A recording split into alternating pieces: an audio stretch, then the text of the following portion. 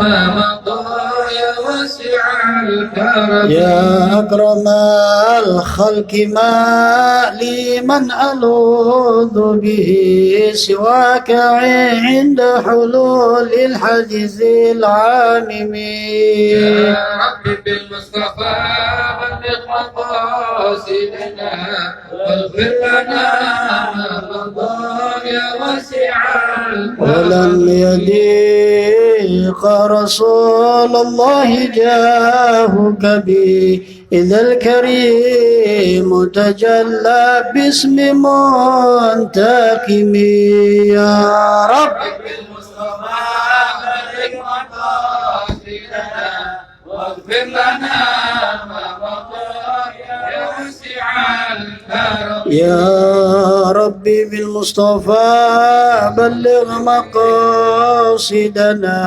واغفر لنا ما مضى يا واسع الكرم يا ربي بالمصطفى بلغ مقاصدنا واغفر لنا ما مضى يا واسع الكرم اللهم صل وسلم وبارك عليه ربي زدني علما وارزقني والحقني بالصالحين ربي زدني علما وارزقني فهما والحقني بالصالحين ربي زدني علما وارزقني والحقني بالصالحين برحمتك يا أرحم الراحمين.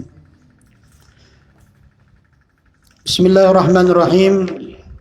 الحمد لله رب العالمين وبه نستعين على أمور الدنيا والدين والصلاة والسلام على أشرف الأنبياء والمرسلين سيدنا وحبيبنا وشفيعنا وقرة أعيننا ومولانا محمد وعلى آله وصحبه أجمعين.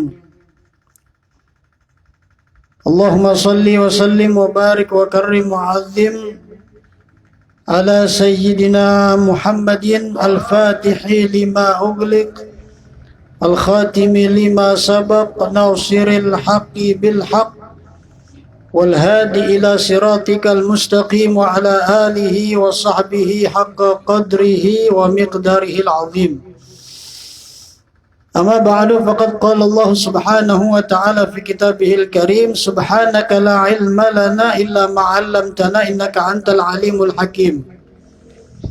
وقال رسول الله صلى الله عليه وسلم طلب العلم فريضة على كل مسلمين ومسلمة. صدق الله العظيم وصدق رسوله النبي الحبيب الكريم ونحن على ذلك من الشاهدين والشاكرين والحمد لله Alhamdulillah, kita senantiasa bersyukur kepada Allah Subhanahu wa taala berkat nikmat dari Allah. Pada malam hari ini kita kembali bersama-sama menjalankan kewajiban kita, yakni menuntut ilmu. Insyaallah mudah-mudahan ilmu yang kita tuntut menjadi ilmu yang bermanfaat. Insyaallah dengan keberkahan duduknya kita di majlis ilmu, segala dosa-dosa kita diampuni oleh Allah, wabil khusus dosa kedua orang tua kita, dosa guru-guru kita, dan juga kita berharap agar Allah Subhanahu wa taala selalu memberikan kemudahan dalam setiap urusan kita yang sulit-sulit dimudahkan oleh Allah, dan juga hajat-hajat kita yang ada ridho Allah dan Rasulnya dikabulkan oleh Allah Subhanahu wa taala, dan yang sakit-sakit di antara kita Allah angkat penyakitnya, Allah ganti dengan kesembuhan, dan kita senantiasa diberikan kekuatan iman dan Islam, dan juga diberikan keistiqomahan untuk selalu berbuat kebaikan. Amin. Amin ya rabbal alamin. Hadratul Mukarramun, para asatid khusus yang sama kita muliakan, akhina fillah Al-Mahbub Al-Ustadz Muhammad Najmuddin, kita doakan beliau senantiasa diberikan panjang umur dalam keadaan sehat walafiat, dan juga Ustadz Ahmad dari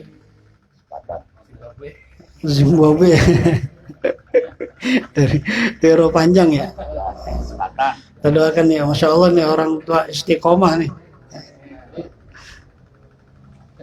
Sohibut tahlil.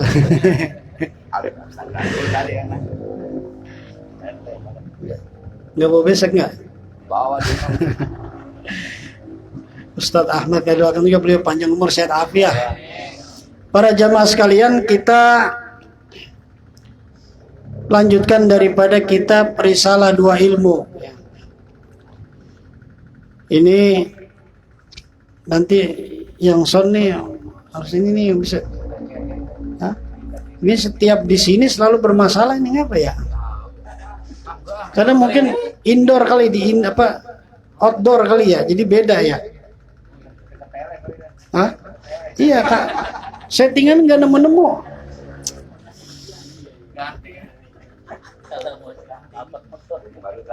Katanya minjem PRT mana?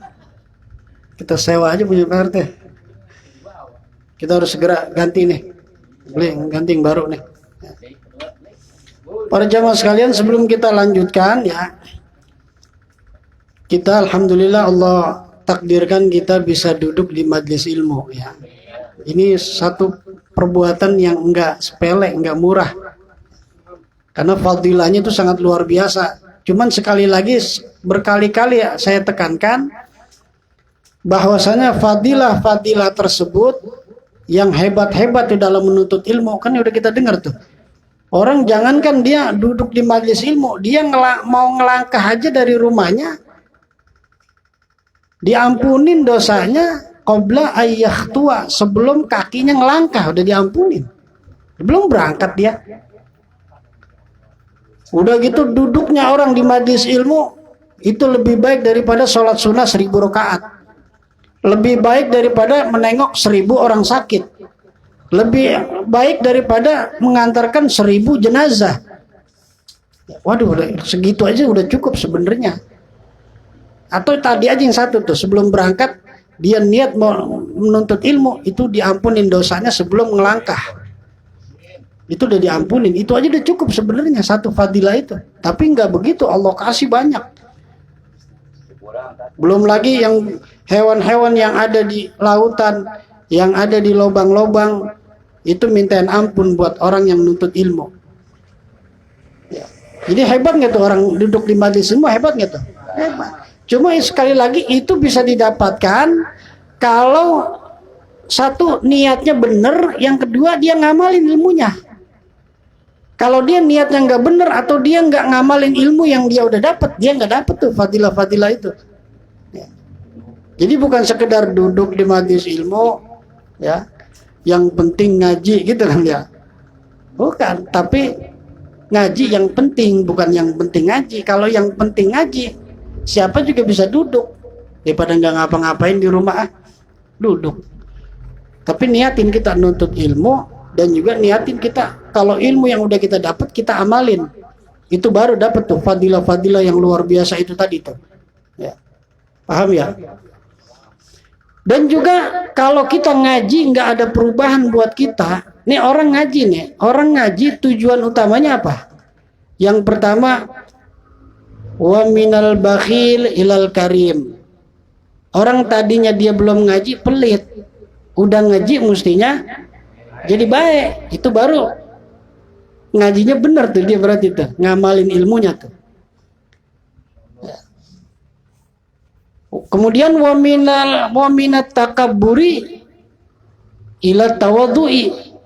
Orang kalau udah ngaji tadinya sombong jadi rendah hati, jadi tawadhu. Itu tujuan orang ngaji itu begitu sebenarnya. Kemudian wa minasyaqi ilal yaqin. Dari ragu tadi kemudian jadi yakin, itu dengan sebab ngaji. Dari pelit jadi baik, dari sombong jadi tawadhu, dari ragu jadi yakin, dari lemah dia ya, jadi kuat. Berarti ngajinya dia manfaat. Yang begitu tuh boleh ngaji, banyak juga boleh ya. Tapi kalau ngaji tadinya belum ngaji nggak sombong, udah ngaji jadi sombong, berhenti, mendingan nggak usah ngaji. Atau jangan banyak ngaji dulu dah. Ya. Coba. Masa orang ngaji jadi sombong? Apa sombong? Punya mobil bagus? Punya pakaian bagus? Bukan. Sombong itu baturul haq wa ghamtun nas. Menolak kebenaran dan ngeremehin orang. Jadi kalau ada orang udah ngaji tapi masih ngeremehin orang, itu dia belum, hakikatnya dia itu belum dapat ilmu yang manfaat.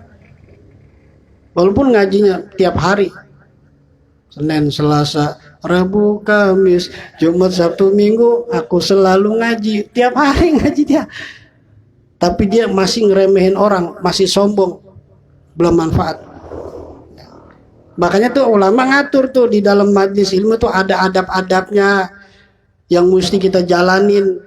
Adab terhadap ilmu, adab terhadap kitab, adab terhadap yang mengajarkan, adab terhadap teman ngaji yang sesama ngaji. Itu udah diatur semua sama ulama itu.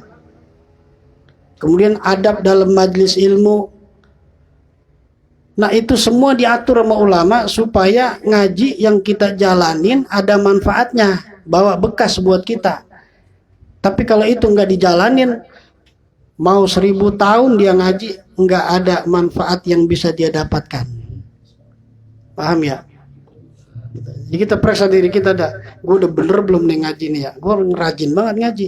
Tapi gue masih sombong aja, orang masih gue remehin aja. Gue merasa paling diri gue paling bener. Ya.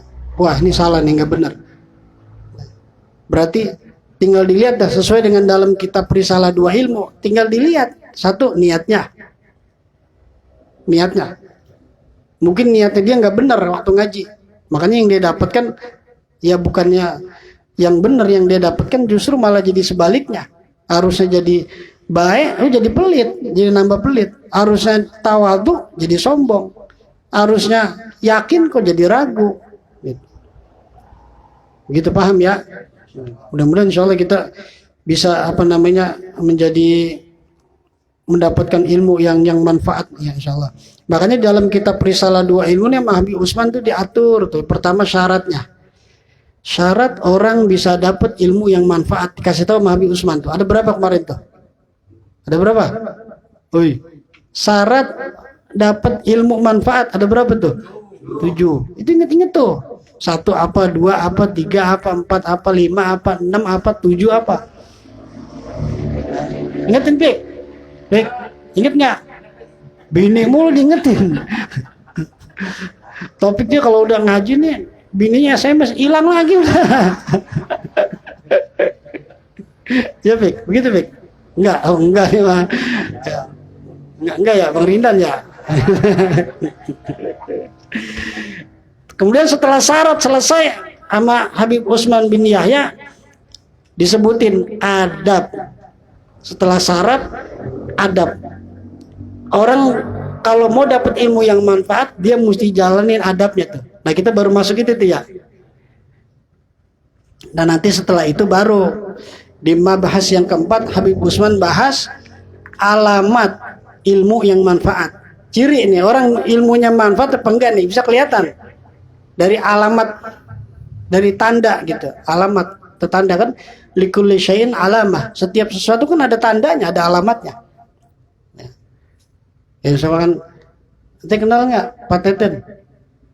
Yang mana ya? Berarti ada tandanya, ada cirinya kan? Itu yang mukanya kayak Raffi Ahmad. Oh iya.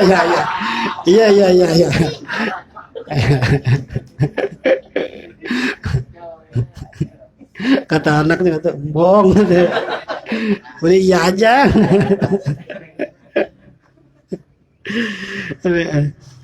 Kenal Pauji nggak anaknya Bang Sur? Oh, yang orangnya putih ya, yang kayak orang Cina. Ya itu kan alamat tuh. Nah orang nanti ilmunya manfaat apa enggak, ada cirinya, ada alamatnya. Begitu. Cuman kita kalau sebelum kita tahu nih, kita jangan, oh lu ilmu lu nggak manfaat loh. Lu tandanya gue udah pelajarin, lu tanda-tanda. Jangan, kita berarti kena juga tuh. Udah diam aja berarti, ya Allah, ini ilmunya nggak manfaat. Astagfirullah ya Rabb. Jadi jangan nunjuk-nunjuk mulu, ilmu lu nggak manfaat. Jangan. Begitu ya. Nah, makanya kita lanjutkan kemarin adab yang menyampaikan kepada ilmu yang nafi dan kepada pahalanya dengan pahalanya itu. Jadi orang bisa dapat ilmu manfaat, bisa dapat pahala dari ilmunya tersebut. Ya. Itu yang pertama adalah adab yang pertama adalah jangan segera menjawab atas suatu masalah. Kemarin tuh ditanya masalah langsung jawab aja. Bang Rindan ini bagaimana masalah ini ya hukumnya ya? Begitu pokoknya dah. Pokoknya nggak boleh. Jadi kalau kita nggak tahu, udah, aduh, saya belum tahu ini, ya. Nah, kemarin kita sampaikan kan, Imam Malik ditanya 40 masalah, yang dijawab cuma 3. Imam Malik, Imam Madhab. Selebihnya, wallahu a'lam. Gitu. Kalau kita kan kadang ditanya 3, kita jawab 10. Lebih. Jadi kalau memang kita belum pasti jawabannya, udah kita wallahu alam. Nanti saya tanya lagi deh ya sama yang lebih mengerti. Saya sih pernah tahu, cuman saya takut keliru, takut salah. Begitu. Jangan gengsi kita. Wah, nggak enak lah kalau sebelum mau gue jawab kagak nggak tahu. Masa turun derajat tuh. Nggak dipanggil lagi besok nih. Kagak tahu, ditanya ini nggak tahu, ditanya ini nggak tahu. Begitu. Maka dalilnya dari kitab Ihya. Wa minha alla yakuna musari'an ilal futya bal yakunu mutawaqqifan wa muhtarizan fa in su'ila amma ya'lamuhu tahqiqan bi nafsi kitabillahi aw bi nafsi haditsin aw ijma'in aw qiyasin jaliyin afta wa in su'ila amma yashukku fihi qala la adri. Di dalam kitab Ihya Ulumuddin Imam Ghazali mengatakan begitu. Artinya daripada adab ilmu yang nafi, ilmu yang manfaat, bahwa jangan segera-segera berfatwa. Malah berhenti berpikir-pikir dahulu. Maka jika ia disoal pada masalah yang ia mengetahui sungguh-sungguh padanya dengan nas Quran atau hadis atau ijma atau qiyas ulama, maka berfatwalah olehnya dengan yakinnya itu. Jadi kalau memang dia tahu, ayat Qurannya tahu, hadisnya tahu, pokoknya dalilnya tahu, dia jawab. Ya. Kalau memang yakin gitu, memang yakin. Puasa Ramadan hukumnya apa sih? Wah, itu wajib hukumnya. Allah telah wajibkan. Dalilnya diantaranya di dalam Al-Quran dikatakan begitu, dia jawab gitu. Kemudian hadisnya begini.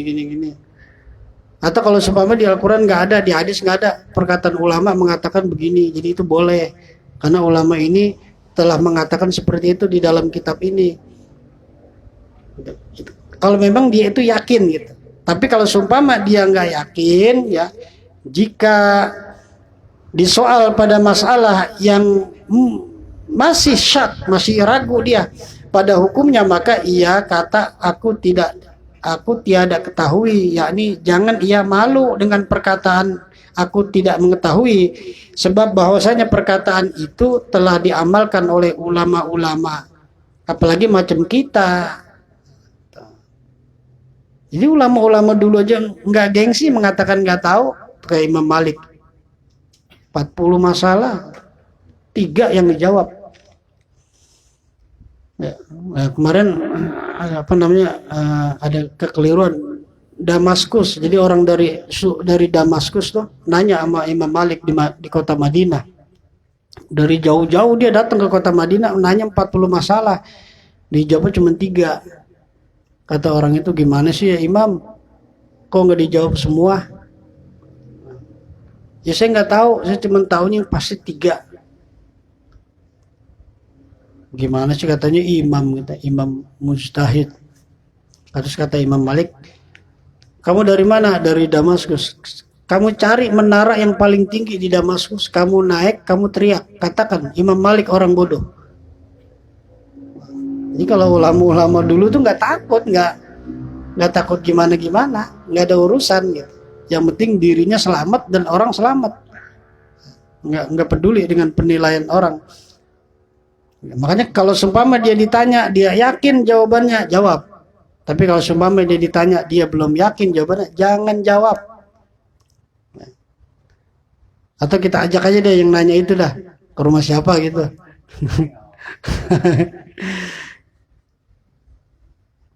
Begitu ya, insya Allah ngerti ya. Nasnya lagi dari kitab itu, dari kitab Ihyalumuddin pula. Qala Asy-Sya'bi la adri nisfal ilmi. Imam Asy-Sya'bi beliau mengatakan la adri nisfal ilmi.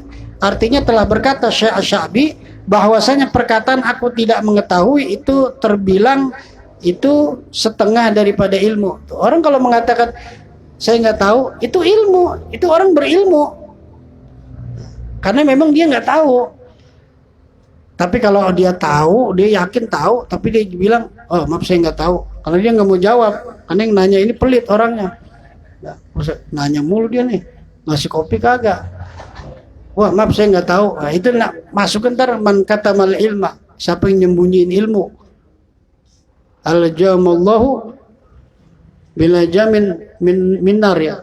Nanti akan dikekang tuh leher sama mulutnya dengan api neraka. Kalau orang nyembunyiin ilmu, nggak mau ngasih tahu. Mau Rindan, ini yang begini gimana? Nggak tahu nih. Kecuali ente bawa kopi sebungkus. Kaca ya, kaca nggak? Jadi kalau tahu jawab, kalau seumpama nggak tahu, aduh maaf saya nggak tahu. Nah perkataan saya nggak tahu itu setengah daripada ilmu, kata Imam Asy-Sya'bi.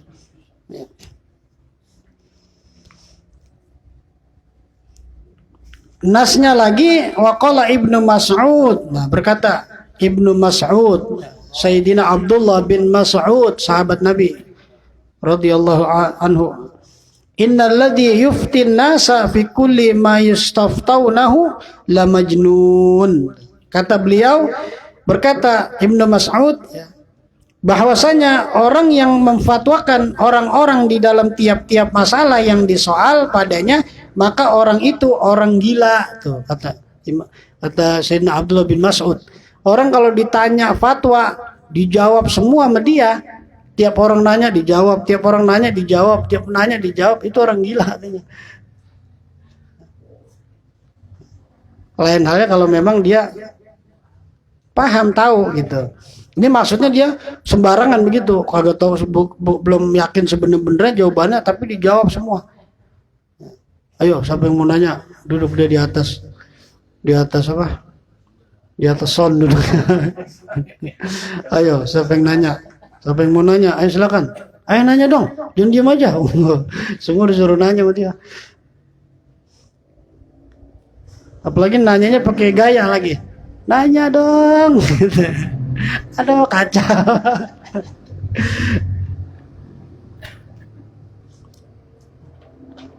Udah macem-macem dah. Ya. Pengen nanya aja ribet. Nanya aja kita enak orang nanya.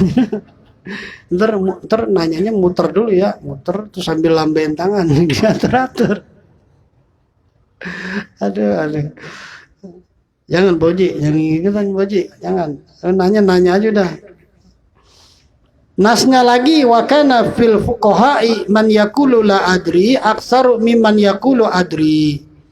Artinya bahwasanya segala ulama yang berkata aku tidak mengetahui terlebih banyak daripada ulama yang berkata aku ketahui adanya. Tuh, jadi menurut ulama ahli fikih, ulama yang mengatakan aku tahu sama yang oh maaf aku tidak tahu, itu lebih banyak yang mengatakan aku tidak tahu. Ini ulama nih sekelas imam nih. Ya. Karena apa itu? Kenapa sampai begitu? Karena mereka takut nanti dia akan dipertanggungjawabkan dengan jawabannya. Kalau seumpama nggak benar, jadi sesat, dia menyesatkan. Takut ulama dulu rasa takutnya sama Allah itu luar biasa. Nggak seperti sekarang. Mau berfatwa, mau sesat kayak mau kagak, ya nggak peduli. Padahal bahaya banget. Masalahnya bahaya kalau seumpama orang yang bukan ulama dia ngomong salah, itu paling dosanya ya dia doang gitu. Misalkan ada orang bukan ulama, dia ngomong begini, nggak benar, ada yang mau ngikutin?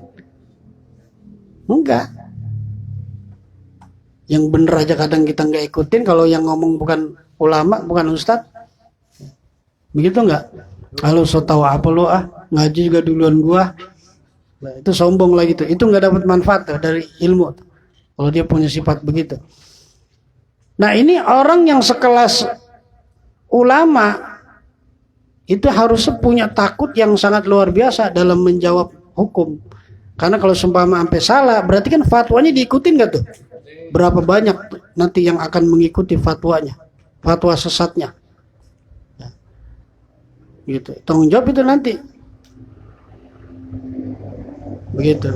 Dan juga syaitan itu paling suka, dia paling gemes sama ulama, paling rakus dia.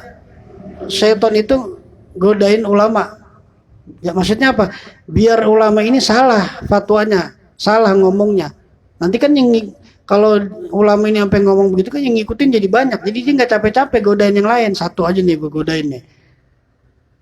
Ya, gitu. Paham ya? Nah, kemudian maka inilah adabnya orang yang berilmu yang nafi', yaitu yang bertawadhu dan ikhlas dan takut pada Allah Ta'ala tuh. Itu ciri itu. Oh, ilmunya manfaat tuh kalau yang begitu, karena dia punya takut sama Allah. Dia takut jawabnya salah. Terus tawadhu dan ikhlas. Adapun orang yang ilmunya bukan ilmu yang nafi', yaitu yang takabur dan ujub dan riya, maka ia malu pada orang-orang jikalau ia tiada segera jawab atas soal yang ditanya padanya. Dan ia malu berkata aku tidak mengetahui.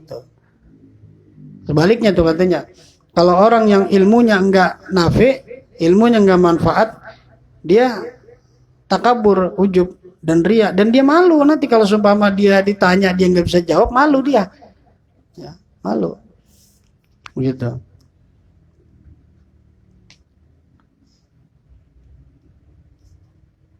Apalagi sering jadi imam di musola, di masjid, ditanya, wah gua kalau kagak bisa jawab malu ini.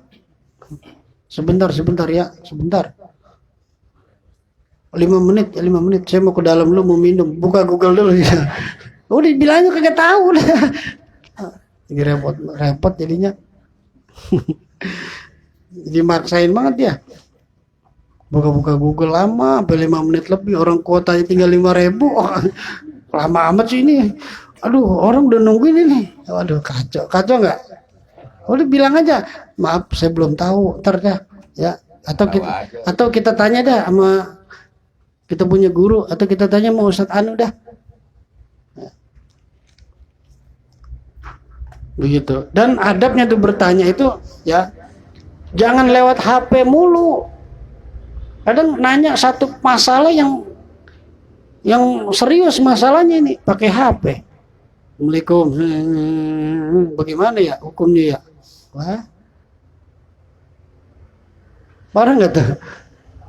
Apa susahnya sih dia nyempetin waktu gitu? Datang bawa martabak ya, bawa apa kayak ya? Kan lebih ajib ya. Assalamualaikum Ustaz Najm. Ya Allah Ustaz, mohon maaf Ustaz ganggu waktunya ya. Ya nggak apa-apa. Ini Ustaz bawa ini Ustaz, ini ada apa ini ya? Saya mau nanya ini Ustaz, masalah begini ini kan enak tuh sambil ngopi. Ini lewat WA. Jadi usahakan jangan, kecuali kalau darurat gitu. Darurat terus jauh. Wah, saya kalau ke sono dulu nih keburu bini saya pulang. Misalkan darurat dah. Ya, baru dah pakai WA nggak apa-apa, darurat atau telepon. Begitu ya.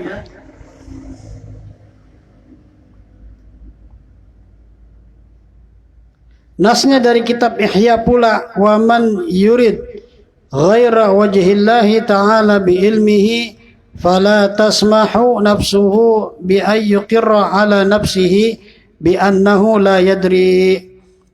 Artinya bermula orang yang kehendaknya bukan karena Allah Ta'ala dengan ilmunya itu, maka niscaya nafsunya tiada mau mengatakan, tiada mau mengaku, tiada mengetahui adanya.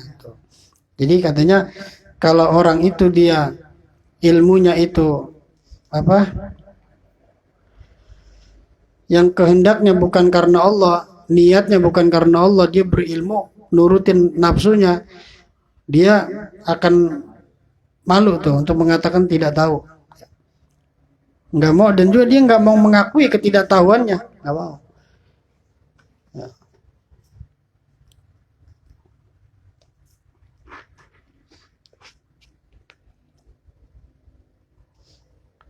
Adab yang kedua yang menyampaikan kepada ilmu yang nafi, nah itu yang kemarin yang adab pertama, sekarang adab yang kedua yang menyampaikan kepada ilmu yang nafi, bahwasanya guru yang mengajar ilmu hendaklah ia memadakan, ya memadakan kemarin apa tuh? Mempelajari pengajarannya itu dengan kitab atau masalah yang mudah dapat dipahami oleh anak-anak muridnya. Maka jangan ia mengajar dengan kitab atau masalah yang tiada dipaham anak muridnya, yaitu menjadi membingungkan akal mereka. Ini muridnya nenek-nenek mulu yang ngaji. Kitabnya Ianatul Thalibin. Berkata Imam Anu, nenek-nenek bengong. Apaan sih Imam Anu? Udah yang ringan-ringan aja, terlihat jemaahnya apa nih? Wah, jemaahnya kebanyakan orang-orang intelektual baru. Jangan yang ngaji aki-aki mulu, yang ngomong intelektual mulu.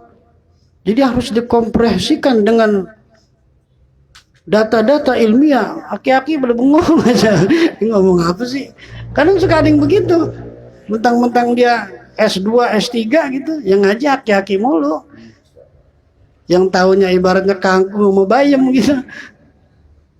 Dia aja kan ngomong intelektual. Nah, ini berarti dia nggak jalanin adabnya tuh. Maka jadinya manfaat nggak ilmunya? Nggak manfaat, ya kagak ngerti itu juga. Jadi itu adalah merupakan deralidikasi. Aki-aki bengong. Nyebut juga dia beribad nyebutnya. Apa tadi? Nasi uduk. Nasi uduk. Taunya nasi uduk dia mah udah. Gitu. Jadi apa namanya? Makanya susah nyari guru yang bisa, wah luar biasa di antara ini ya guru kita, guru mulia kita tuh paling bisa. Jadi yang hadir dari berbagai kalangan itu dapat semua. Yang mau ustadznya dapat, yang mau ibaratnya tukang nyapu, ibarat tukang nyapu doang kerjaannya dapat juga, semua dapat. Gitu. Makanya kita kalau ngaji malam Selasa itu kan udah berpaduan macam-macam kan ya. Nah, kita yang udah tahu nih, kita jangan sombong, jangan keterangan ini mulu. Berarti yang dituju bukan kita. Beliau lagi menerangkan kepada orang yang di bawah ente, itu ibaratnya di bawah orang itu, dia udah tahu, udah diem. Atau seumpama kita, ini maksudnya apa sih Habib, jelasin. Berarti bukan buat ente itu keterangan, buat orang yang di atas ente yang lebih paham. Udah diduduk aja, udah diem.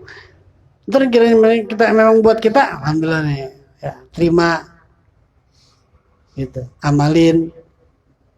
Kalau misalnya kita nggak paham apa yang beliau sampaikan, berarti bukan buat kita itu keterangan, buat orang yang lebih keilmuannya lebih tinggi di atas kita, begitu.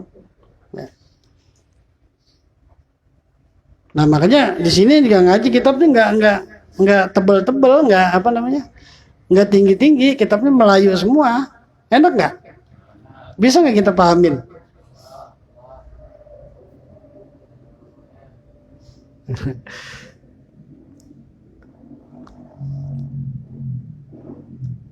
Jadi gampang kan pahaminnya kan ya. Nah, makanya salah satu adab tuh supaya bisa dia mendapatkan ilmu yang manfaat, guru yang mengajarnya hendaklah dia mengajarnya itu dengan kitab atau masalah yang mudah dipahami. Jangan yang mengajar kitab atau masalah yang tiada dipahami oleh anak murid, yaitu menjadi bingung nanti mereka.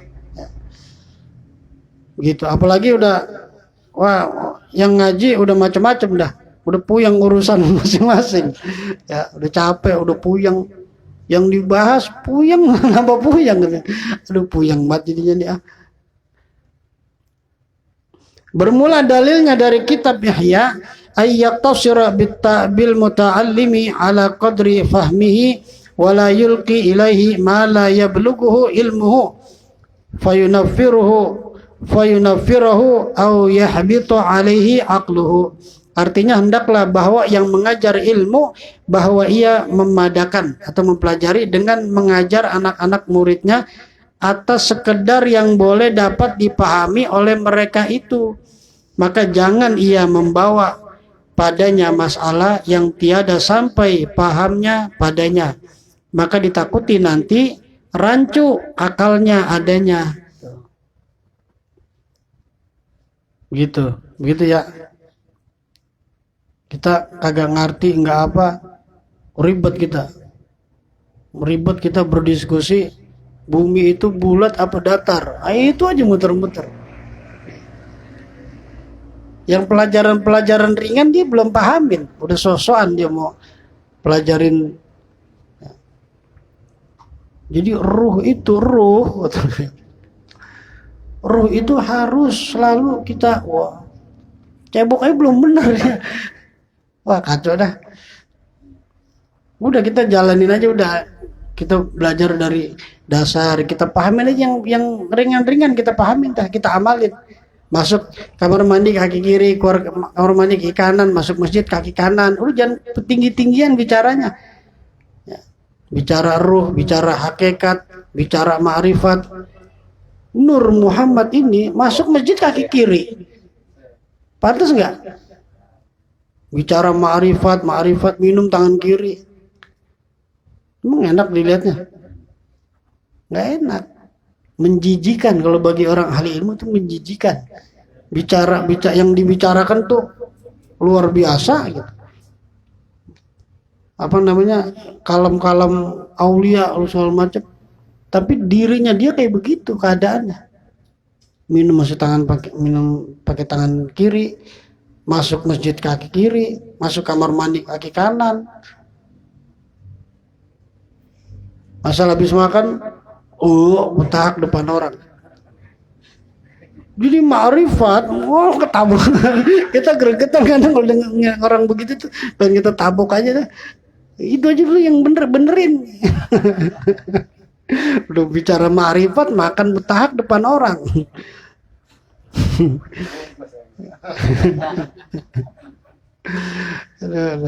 Bicara Nur Muhammad itu pas makan di kebuli nampak daging orang digigit sendiri sama dia. Wah digeragut sama dia, orang bekas gigitan dia.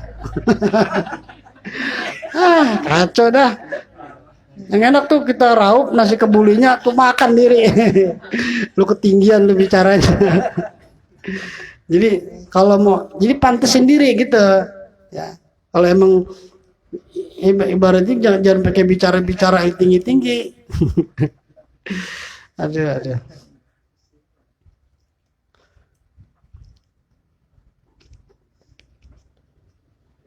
Mana nih? Sebagai lagi bahwasanya mengajar ilmu dengan sekedar yang boleh dapat dipahami oleh orang-orang yang mendengar padanya itu telah menjadi suatu mutabaah, yakni suatu perikutan pada Nabi Shallallahu Alaihi Wasallam pada sekalian Anbiya Alaihi Salam. Jadi kalau orang itu ngajar sesuai dengan ukuran yang diajarin itu ngikutin Nabi.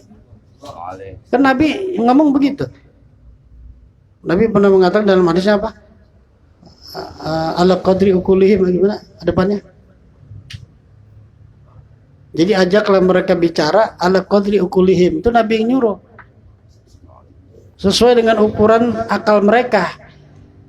Gitu. Jadi kayak seumpama ini anak SD, kita ajak bicara ya pelajaran SD, jangan pelajaran SMA. Bocah, lu tahu nggak? ion positif sama ion negatif kalau dicampur molekul itu bocah puyeng. Ini apaan sih, orang ngomong apa sih? Itu begitu. Gue baru belajar kemarin, Cil, molekul itu tuh kagak ngerti dia. Jangan. Kalau misalnya bocah SD nih, bocah SD kelas berapa nih? Kelas 1. Cil, lagu balonku, balonnya ada berapa, Cil? Itu sesuai dia aja. Ada 5, Bang. Warna apa aja, Cil? Merah, kuning, hijau. Jangan nah itu begitu juga agama. Kalau semua dilihat nih yang ngaji ini nih masih pemahaman tuh belum tinggi gitu. Udah bicara dengan ukuran mereka aja, ajarin adab.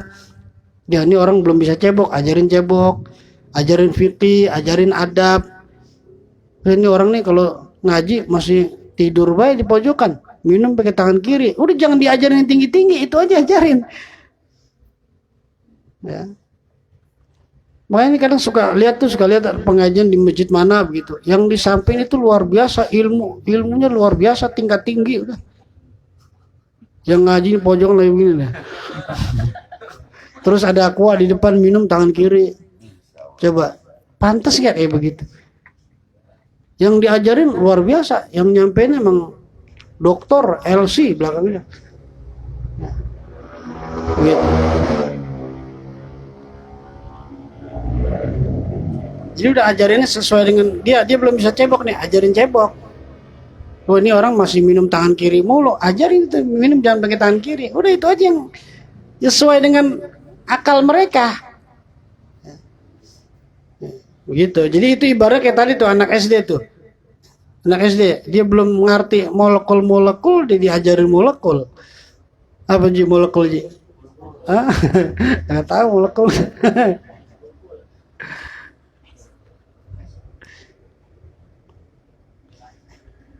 Gitu.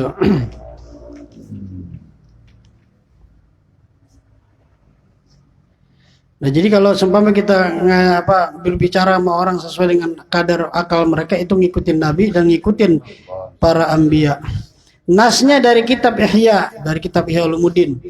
Iktidaan fi dzalika sayyidal bashari sallallahu alaihi wasallam haitsu qala nahnu ma'asyiral anbiya'i umirna an nunazzilan nasa manazilahum wa nukallimahum ala qadri uqulihim. Oh iya ini. Ya di sini.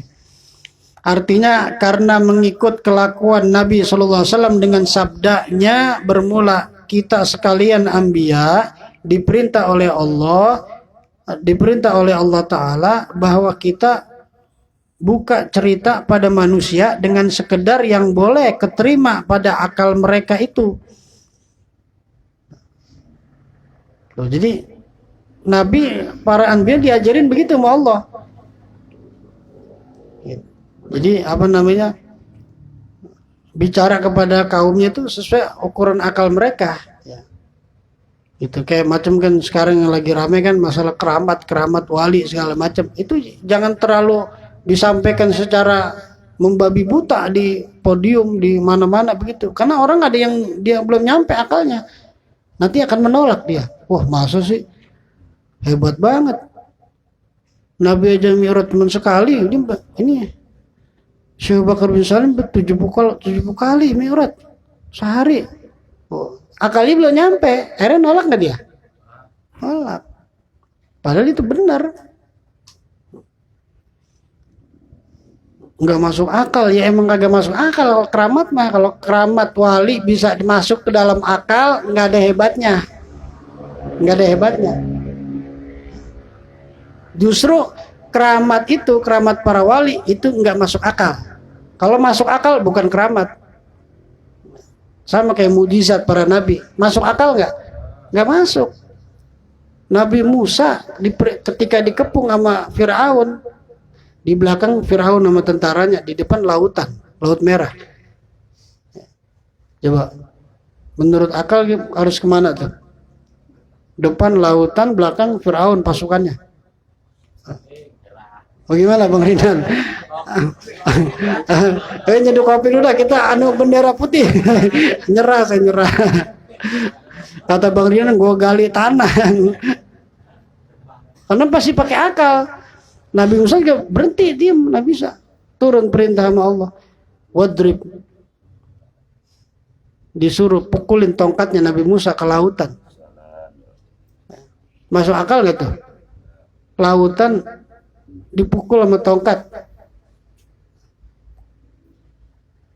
Tapi ketika Nabi Musa laksanain tuh dipukul tongkatnya sesuai dengan perintah dari Allah, dipukul tongkatnya, fanfajarat minhu asyrata aina, terpancar dari laut tersebut, terbelah menjadi 12 bagian. Masing-masing bagian tuh 1000 orang masuk. Jadi yang satu nih bisa ngelihat yang sampingnya kelihatan gitu. Jadi tinggal milih dia mau masuk yang sebelah mana, masuk 12 terpecah menjadi 12 tuh lautan. Dengan satu pukulan pukulan tongkatnya Nabi Musa. Itu mujizat. Enggak masuk akal kan? Itulah hebatnya mujizat. Kalau sesuatu yang mujizat atau keramat itu bisa masuk akal, enggak ada hebatnya. Justru yang enggak masuk akal. Gitu. Makanya agama ini enggak semuanya dengan logika. Kalau orang beragama pakai logika, sesat.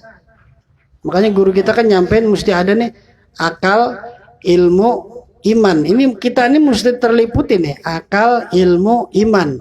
Akal dibalut dengan ilmu, ilmu dibalut dengan iman, baru sempurna itu orang.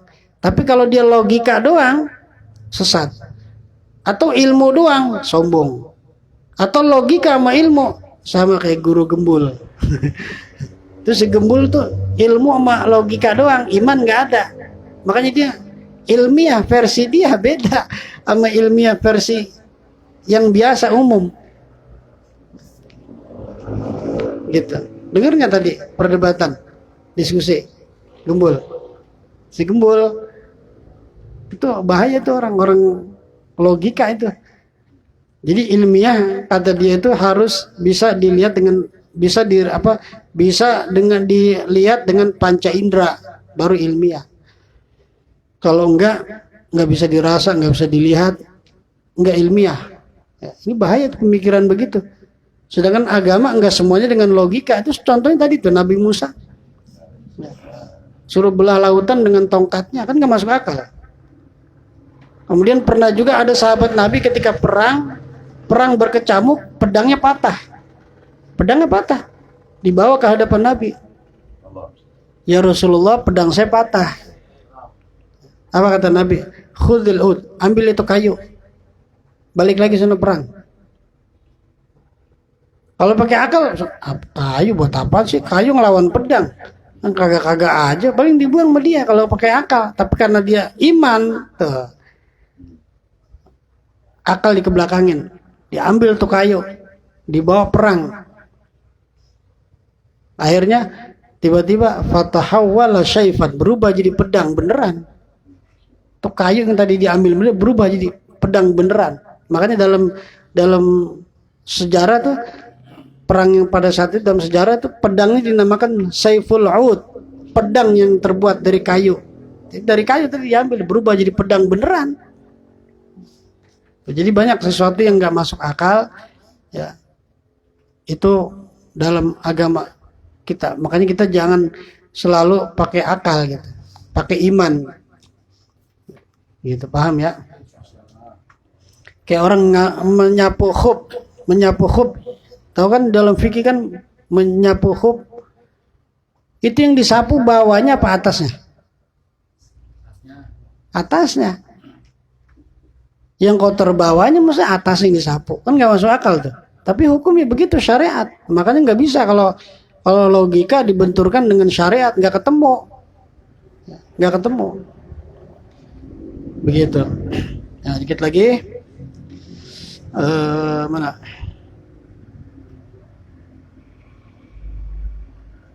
Dan sabda Nabi SAW, ma ahadun yuhadithu qauman la tablughuhu uquluhum illa kana fitnatan ala ba'dihim. Artinya bermula tiada seorang menceritakan pada suatu kaum akan cerita yang tiada dapat mengerti oleh segala akal kaum itu, niscaya hanya ia menjadi fitnah atas setengah mereka itu tuh jadi fitnah. Ya. Makanya kita jangan sampai indah tuh kalau kita lihat-lihat nih orang ini, wah nih orangnya kagak percaya sama keramat wali, jangan cerita keramat wali. Ya. Gitu. Paham ya? Kita lihat juga orang ini siapa nih, kita ajak bicara. Tapi kalau seumpama orang-orang yang memang akalnya sudah nerima dengan keimanan baru boleh. Kalau dia bakal nerima kayak Sayyidina Abu Bakar Siddiq tuh. Keimanan yang didahulukan.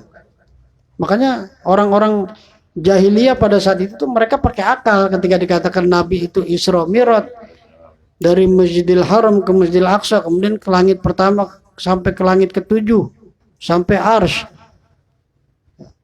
Itu pagi-pagi udah nyampe lagi.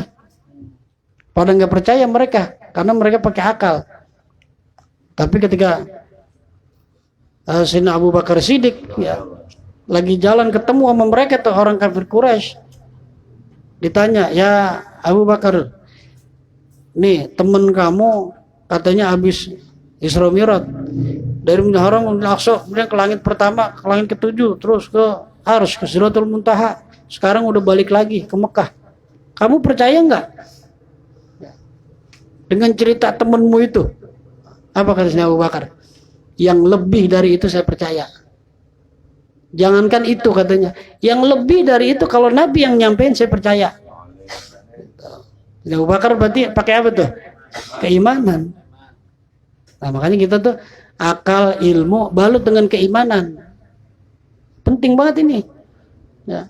Karena kalau orang nggak pakai keimanan bahaya. Nanti dia akan mengkritisi. Dia akan mengkritisi semua keterangan-keterangan agama, apalagi yang nggak masuk akal. Ya. Yang nggak masuk akal. Begitu ya, paham ya? Insyaallah nanti kita lanjutkan lagi pada pertemuan yang akan datang di mabahas yang keempat. Sebutan segala alamat ilmu yang nafi. Ini udah masuk alamat ciri ilmu yang nafi. Wallahu a'lam bishawab. Dan insyaallah nanti minggu yang akan datang kita bacanya Risalah 2 Ilmu sama Syama'il. Sama sebelumnya kita baca Maulid. Pokoknya selama bulan Maulid aja dah. Sampai sebulan dah. Sampai sebulan mulai malam Senin besok ya. Gitu. Paham ya? Insyaallah. Demikianlah wabillahi taufiq wal hidayah. Wassalamualaikum warahmatullahi wabarakatuh. Rabbana